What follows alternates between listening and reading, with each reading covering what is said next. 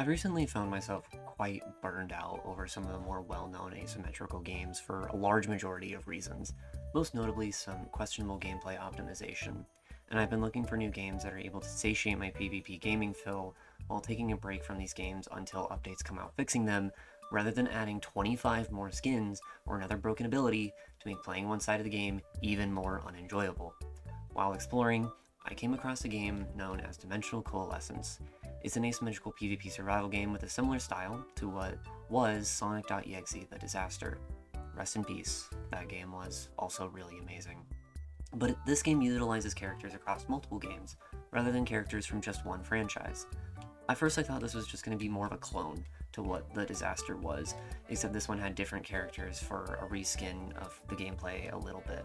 So it came to my surprise that this was actually very different than what The Disaster was, and not only that, but it was actually really fun.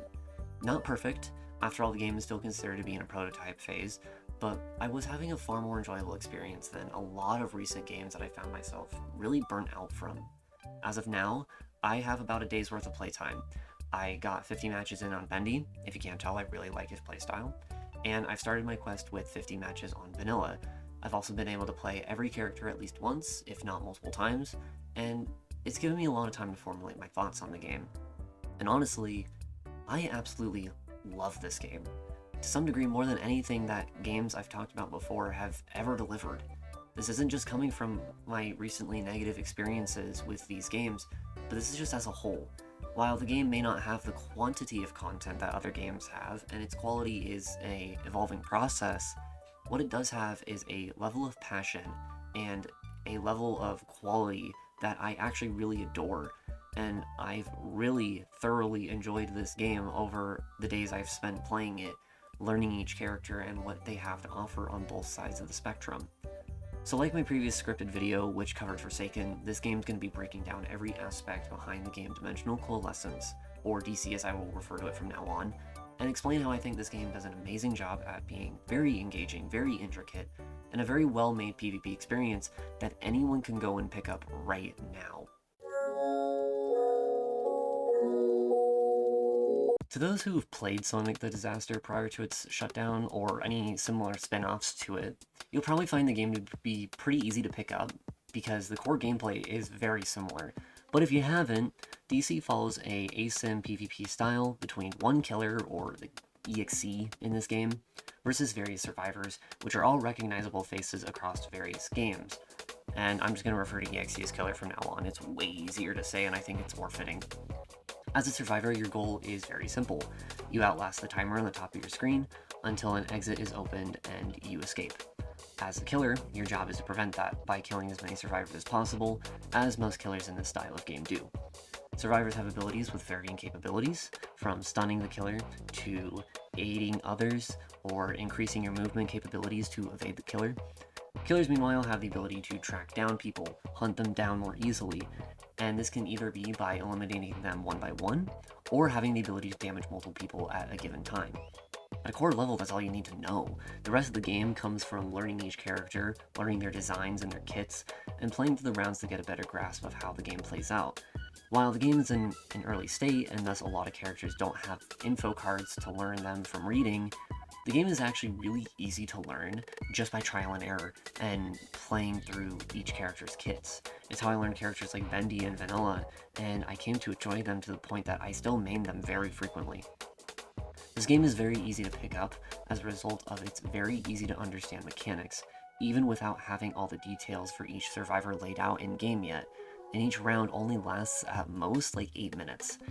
For the type of game this is, the length of each round is perfect. It's not too lengthy to where survivors don't have a good shot of surviving, but it's also not too short to where killers aren't able to win without locking in. Both sides are able to win based purely off of skill, for the most part. In fact, I'd say skill expression in this game makes a very large portion of if you win or lose, and beyond that, how many people are able to escape. There is one slight caveat, but I'll get more into that in the next section when I talk about the survivors. And actually, speaking of, gotta go fast! Gotta go fast! DC already has a pretty fair roster of survivors that are all accessible from the get-go. You don't have to purchase anybody thank you. And they're categorized based on the playstyle that fits the player's best interests. These are divided through a court system similar to one that you might hear from real-life sports like basketball. I know, scary thought, but bear with me here, this is the only time I'll actually mention physical activity. Front court is designed to be an actual nuisance to the killers.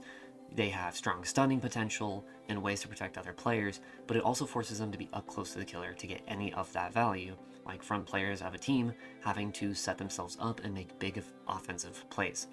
Middle court is a very flexible role, meanwhile, with tools to be both aggressive to aid the team, but also has defensive capabilities if they find themselves in danger, or they can plan ahead to hinder the killer's advances. Backcourt has tools to get them out of a pinch, or get others out of a pinch, and sometimes heals allies in the dire situations, which dire situations in this game is like the entire round. And it's similar to the backcourt of a basketball team, being when they have to go on the defensive and aid their team to ensure that no points are scored from them. This approach to asymmetrical games really reflects with other games out there, but I think it also makes it clear that roles aren't a set-in-stone, definable type of trait either. Rather, they serve as an outline or a reference point for each character that players can really tap into and expand on from there. A backcourt character is still perfectly capable of being a nuisance, and frontcourt characters still provide great utility that allows them to keep them afloat, even in the face of the killer. In fact, the flexibility that every survivor has is part of what makes this game really enjoyable. Unlike other games that limit you to the role you have or the items and tools at your disposal, this game can be played in a variety of ways that evolve and change from a match-to-match basis. Even if you're on the same map, playing the same characters against the same killer on two separate occasions, it can feel entirely different, with one match being played very offensively or in a wide open area, while the next can be very defensive in a very tight area, and it can be a literal dance with death depending on how the match goes. Another aspect that I really enjoy about this game is how it chooses to design its characters, not just from a gameplay standpoint, but from a visual standpoint as well. It makes it feel like you're almost in the shoes of the character, or at least as best as a Roblox game in early stages can feel like.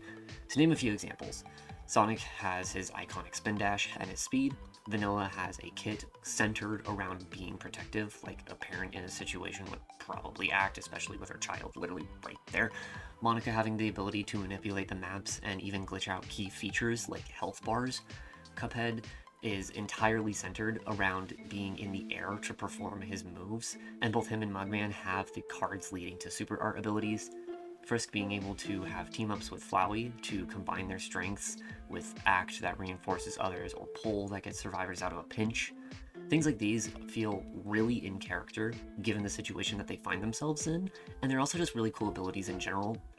Yeah, some aren't like in the best state for, one reason or another, and there's already been mentions of a few abilities being tweaked in the game, but from a visual standpoint, this works really well for the respective characters, and the teamwork potential on a gameplay perspective is a very interesting dynamic to see compared to other games that really just don't tap into this very much. It's actually something I wish other games would do more of, having to lean into playing like a team to get the most out of each round. Even the smaller details, like how each survivor has a different UI aesthetic, or the sound effects that come from their original games that they're from, really ties everything together through these little details to where these characters feel lively and interact really well with the world that has been built, and with each other when done right. With that said, I did mention there is one specific aspect of Survivor gameplay, and that revolves around the idea of teamwork, which is a very valuable aspect of being able to survive, as while each survivor does have unique kits, there's a point where being alone for too long will most likely get you killed. The problem with this is that coordinated teamwork is really, really good, almost unbearably unbalanced. The main reason I find this is just the fact that, for killers at least, there is no stun protection outside of you can't be stunned over and over and over in the same animation. However, you can still be stunned back to back to back. This means that a good player can almost instantly stun a killer after just getting out of one, which I'm not sure about you all, but I think that kind of sucks. especially for really strong stuns like Bendy, who has 2 that are both pretty good and easy to land. Getting hit by this without any counter potential, if it's timed right, is just really annoying. And something like Bendy is just one example of one potential stun combo. It's really hard when like half the characters have stuns in this game, or something to slow the killer down in this game. It's pretty easy to navigate around this too. I mean, something as simple as being immune to stuns for a couple of seconds with a visual indicator after recovering from one, I think would make the killer experience a lot better. Overall, the Survivor cast is, I think, one of the strongest suits in this game currently, both from a gameplay and from a stylistic front. They feel fun to play, their tools and skills are very in character for each one of them, nobody is insanely strong from the rest of them, and the teamwork-oriented gameplay is very rewarding, since it does more than just surviving on your own, but it aids you in getting the best possible ending for multiple people escaping with you. I really prefer these types of asym games taking this approach, leaning into the team aspect, rather than what makes characters very self-centered with little supports added in between that actively support tunneling in order to increase survival. It's just not fun, whereas normal rounds in this game are really fun with every survivor being pretty much an equal opportunity target, but it can obviously also lead to killers having a bit of an unfun experience if it's like insanely well done. And actually, speaking of killers, with survivors out of the way, I think it's time we check out the other side of the game and what they offer. Now, the EXEs in this game, which I still find them to be more fitting as killers, given that really only one of them fits that label of EXE, but hey, I digress, have a much smaller cast currently compared to the survivors. They only have 3 as of writing the script, and I don't think there's any more that I've currently heard of. 2 of them are what are considered rushdown killers, with the intent of just quickly finding people and getting constant pressure and damage on them, but having to be really close to do so. The other one, Kara, is more of a snowballing tactical killer who needs time to build up damage and has to be very strategic about how cooldowns are used. But when played right, you get high bursts of damage and a very hard time for survivors to capitalize on windows of opportunity, which can lead to more damage and kills. Like survivors, these 3 characters are very unique from one another, which, considering you're always having to go against one of these 3, I think it's even more important that these specific traits are very highly valued and are enjoyable for the player taking control of these characters. From a gameplay side, all 3 of them have a very unique identity, being that they all differentiate how they engage with people and how their tools emphasize this. I know I mentioned that 2 of them, Vortex and Yuri, are both rush-down killers, but the ways that they do this are actually quite different. One leaning into countering stunners more heavily and being able to deal multiple damage outputs at a time, while Yuri, on the other hand, has a passive that requires constant survivor attention, has abilities to see survivors from anywhere on the map from a simple button press, and has abilities to apply very easy pressure on multiple people at a time, or one person at a time depending on which tool is being used. Because of how the abilities are designed in the game, and every character feeling very unique from one another, players are able to experiment with different playstyles until they find a character that suits them best, rather than having to settle with characters that they might not fully like, even if there's only 3 of them at the time. The visual design is also very well thought out, and like survivors, can really make you feel like these tools and abilities fit that character perfectly, and that you are the deciding factor in this match. You are that character. From the way that the UIs are designed, the sound effects match the character's emotions and their traits, the visual effects feeling flashy, and they're even amplified to make you feel like your presence must be demanded. These details all make it feel like you actually have that opportunity to be these characters for the brief window that timer at the top allows. This even ties back to its gameplay, making it so that every ability is distinguishable when you're chasing down survivors, and at a distance, people can understand what you're doing from how your character moves, or how your character shouts during abilities. All that stuff makes it so that these abilities are distinct and give survivors opportunities to act off of what you're doing, and yourself opportunity to act off of what you're doing, either in the moment or during a cooldown phase. Now, like I mentioned earlier, this isn't to say that the rule is perfect. As I've already kind of said, stunts in this game can be very difficult to play around at times depending on the lobby you're in, and it can make killer be pretty uninviting or downright frustrating at times to the point that people will deliberately dodge playing the role. Please fix this. The amount of rounds that people just dodge killer, especially on the better maps in the game, oh my gosh, it's getting worse over time. Please, please. It sucks because I'm trying to get the badges too, and I just have to play killer every other round because of that. Please, please, please fix this. The killer role in this game can be really fun, permitting that it isn't just being stunned or slowed every other second. But the level of detail and attention to these characters is just as good as the survivors, if not more. With a couple tweaks, I think they can be super enjoyable, and I think these characters can be a sought out role until new characters can eventually enter the fray. It just takes some time. There's one more aspect I want to discuss before I wrap things up here, and that is the maps currently out in the game, and the way that they're designed. As of now, there are 7, I believe, maps in the map pool, with most of the characters having a specific map, if not 2, tied to their IP, the only exception currently being DDLC, and there's also a generic test zone map, which I think is fine. One thing I actually find to be a really positive side to this game, which kind of surprised me at first, is how the sizes of the maps actually kind of work in the game's favor. Especially given how much time there is, again, like 7 to 8 minutes, having larger maps can make it so that the entirety of the match doesn't happen in one single spot the entire game. Instead, you have to be flexible based on where each fight is being taken. It gives the killers a lot of angles to approach survivors from, but it also gives survivors ways to engage and disengage from fights without feeling like you're limited in which direction you can go. Even the idea of having the escape or the goal ring being randomly placed around the map at the end of the round makes the endgame be shaken up from the rest of the round, rather than games where all you do is just sit there and wait out the timer until it hits 0 in the same spot the entire game. Now, with that said, there are still certain hotspots I've noticed on each map, and it's usually the major structures or the middle of the map, depending on what map it is.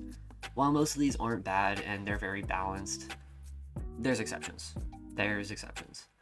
For me at least, I've had the least amount of fun on Kind and Fair, to be specific, mostly because getting stunned on this map, especially on the top floor of the main structure, just completely resets the chase entirely, and given how easy stuns and stacking stuns are in this game, it can make this map especially egregious to play on, and this comes from a bendy main who can pretty easily and consistently do this. It is very easy to knock people off. I've also noticed maps like Snowden can kind of suffer the same effects to a lesser degree, especially on the hills that are really skinny and make it easy to get stunned or fall off. I didn't really know where to mention this bit, I'm also just going to mention it here. The soundtrack for this game is super cool and really well designed. I know a lot of the tracks currently used aren't exactly original for the game yet, but the original songs sound amazing and fit them very well. And even the tracks that aren't original have their place and fit them very well. So huge props to the sound designers of this game and the composers behind all the different soundtracks because they sound really good in this game. That said, maps just really drive home some of the best qualities of this game. They're very vibrant, but they're also very fitting with the atmosphere the game takes on. The soundtracks are really awesome to listen to while not detracting from the quality or style of the game. And even in the lobby, I've noticed that it's pretty good. The atmosphere is really good. While there is a map or two that I would like to see some tweaks from, that's just kind of game balance things, little tweaks. It's not really like a full detraction from the game, more just little things I'd like to see. But overall, these issues are far less of a problem than other games I've seen, and the maps are phenomenal in this department. Like I did back in my earlier video, where I gave some suggestions for Forsaken, I'd like to make a section that's more subjective and tosses out a few suggestions to improve the game, just to bring some discussion for people who already play this game as well. These suggestions stem from both personal observations I've seen while playing the game, which I have previously mentioned, and from how other games in the genre approach these issues and other people have noted these issues in the game. One key suggestion I have is to make a brief, easily distinguishable window of time after a survivor gets a successful stun, where the killer cannot be stunned again beyond the downtime spent being stunned. This would make it so that stun combos are far less frequent, and there's actual counterplay before you have to get stunned again. And certain areas on maps could also be far more bearable as a result. I think this would also alleviate some of the people who really just don't want to play this role right now because of how easy it is to just land stuns, and it creates a lot of frustration when there's really nothing you can do to play into that, especially at the frequency it happens. For maps, the only really bad thing I have to say is I think the main building on Kind and Fair, which I find it really ironic that the least fair map has fair in it, but anyways, mostly the roof of that main structure needs to have more accessibility. It's very easy to be stunned off of this, and having to spend so much time getting back up there only to be stunned again is really frustrating. So perhaps adding another method of getting up there, or having it so that there's a quicker method of getting up there for both sides, would make the area not as easy to lock down. Also, maybe widening a couple of the hotspots in Snowden would be nice, since stunning there can be pretty easy. But both of these are more just nitpicky things than anything, just things that I think could really aid these two maps in particular. The rest of the maps are honestly really balanced. I don't have problems with them, it's just those two that I have problems with. There's a few other things I could go into as well, like having a system that prevents people from skipping turns as the EXE, or being punished for doing so, like not being able to play for a round after that, or like locking you in AFK for a round. I don't know, just something like that, because the amount of people that skip their turn is honestly really frustrating. Also making it so that maybe the outrage mode Vortex has doesn't stall the ring timer during the end game, because at least from what I've noticed, this could be fixed by now, I don't know, but the sound cue for the exit opening and when it actually opens don't line up if it uses outrage mode, which can actually be very misleading and really disruptive. But these are all things that can really be ironed out later. This is just nitpicky things there. These suggestions are mainly things I've just seen people complain about, and I think have some real merit to them, not just nerf Yuri for the 10th time over. Yuri's not even that big of a problem. And hopefully if these do get considered, I think the game would be in a much healthier spot. But again, totally subjective here. Dimensional Coalescence is a game that is still very early in the works, but for what's already on display in this prototype, I think that this game is filled to the brim with creative passion and talent. Every character feels fun, the setting is very fitting and is done very well, the maps and overall aesthetic that the game is going for has both vibrance and charm, while still managing to incorporate darker tones in a Roblox game that fits rather than being like super over the top. And the amount of detail that goes into everything is really a feat in itself. The current balance state may not be perfect, but I still have hope that over time this can change for the better. I'm really excited to see where this game goes, and whether you're someone who's just looking for a replacement to what Sonic the Disaster was for you, or maybe you're looking for an asymmetrical horror game that doesn't feel unfair or frustrating 24/7, or just something new, something fresh, I really recommend checking this game out, because I really think this game can pique a lot of people's interests, and it really deserves the amount of exposure that this game has, given the quality this game has. Hey, this is post-edit me on my garbage mic, but I totally forgot to record an outro for this until like last second, so thanks for listening to this video. I tried to actually edit it this time to make it pretty, at least interesting compared to my other videos, which I know I didn't really edit very well, so hopefully this was entertaining, hopefully this was something you enjoyed, and if you'd like to see more of it or something else, I'd love to hear what you think about it, or anything for that matter, because I'm really down to do anything. So, again, thanks for watching. If you liked it, I don't think I have to say what you can do. Everyone else says it, so. And I hope you have a great rest of your day.